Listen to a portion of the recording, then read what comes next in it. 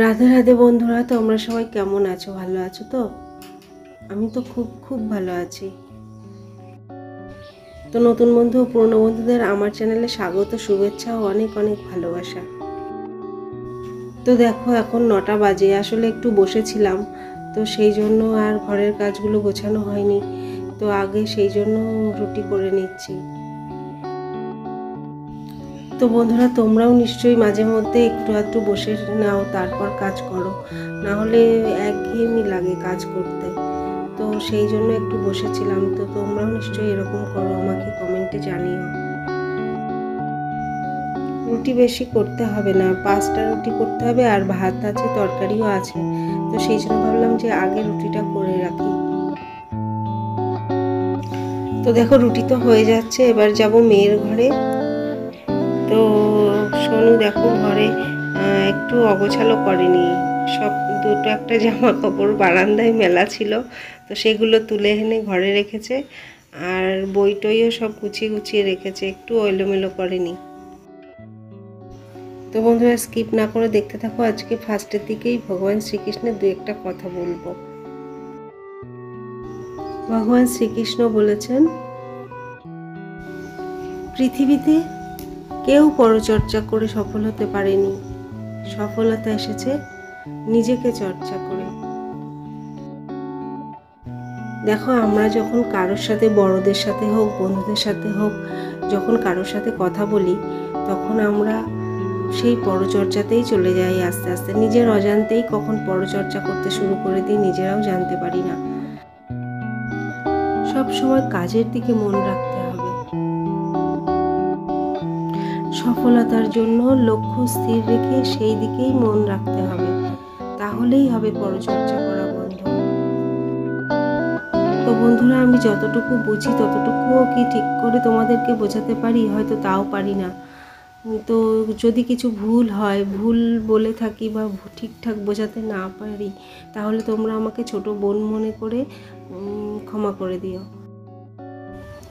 ভগবান শ্রীকৃষ্ণ বলেছেন, কষ্ট পেয়েও প্রতিবাদ না করে চুপ থাকে। ভেবো না তারা দুর্বল, এটা তাদের বাবা মার ভালো শিক্ষার পরিচয়। তো দেখো এই গাছগুলো না মিশো থেকে কিনেছিলাম, তো 200 টাকা দিয়ে 6টা কিনেছিলাম। আর এদিকেও দুটো 4টে সাজানো আছে, আর টেবিলে 2টো। তো দেখো ওই ঘর তো গোছানো হলো, এবার বাকি ছিল সোফাটাও গুছিয়ে ফেলছি। তো বন্ধুরা, আমার ভিডিও তোমাদের কেমন লাগছে তা তোমরা আমাকে কমেন্টে অবশ্যই জানিও। তোমরা ভালো লাগলেও জানিও, আবার খারাপ যদি লাগে, ভালো যদি না লাগে, বা কিছু যদি ভুল হয়ে থাকে, তাহলেও তোমরা আমাকে কমেন্টে জানিও। তোমরা যদি কিছু না জানাও, তাহলে আমি বুঝবো কি করে তোমাদের ভালো লাগলো কোনটা আর খারাপ লাগলো কোনটা। আজকে না কোনো ফার্নিচারই মুছবো না, কালকে সব মুছেছি, একটু নোংরা হয়নি। নোংরা না থাকলে ওরকম চেপে চেপে ফালতু খাটুনি করতে ভালো লাগে না। তো সেই জন্য আজকে কোনো ফার্নিচারই মুছবো না, সব গুছিয়ে রেখে দিচ্ছি। তো দেখো এই কুর্তিটা আমি মেলে রেখেছি। এই কুর্তিটা পরে একটু বাজারে গেছিলাম সন্ধ্যের পরে, তো বাজার থেকে এসে আমি এখানে মেলে রেখেছি। তো এবার সেগুলো সব ভাঁজ করব, আর এই ঘরে যত জামা কাপড় আছে সেগুলোও সব ভাঁজ করে গুছিয়ে রাখবো। শোকেস থেকেও কিছু জামা কাপড় নামিয়েছিলাম, তো সেগুলো ভাঁজ করে করে গুছিয়ে রাখবো। যদি অল্প থাকতে থাকতে ভালো করে গুছিয়ে না রাখি, তাহলে আবার সব এলোমেলো হয়ে যাবে, আবার আমাকে সব গোছাতে হবে। ওদিকে আলনার নিচের দিকটা কালকে দেখলাম ফাঁকা, আজকে আবার সব জাম হয়ে গেছে। অবশ্যই সব কিছু আমিই রেখেছি যদিও, তবু ওগুলো আবার কোথায় সরিয়ে রাখবো সেগুলো চিন্তা করে তারপরে আবার ওগুলো ওখান থেকে সরাতে হবে। তো দেখো এই ঘর তো গোছানো হয়ে গেল। একটা শার্ট আছে, একটা শার্ট আর একটা প্যান্ট বাকি আছে ভাঁজ করে রাখা, তো সেটা ভাঁজ করে রাখবো।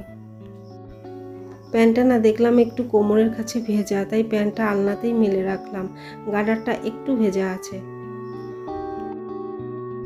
তো বন্ধুরা, তোমাদের যদি ভিডিওটি ভালো লেগে থাকে তাহলে অবশ্যই লাইক, কমেন্ট, শেয়ার, সাবস্ক্রাইব করতে ভুলো না। আবার চলে আসবো কাল। তো আজকের জন্য এ পর্যন্তই, টাটা।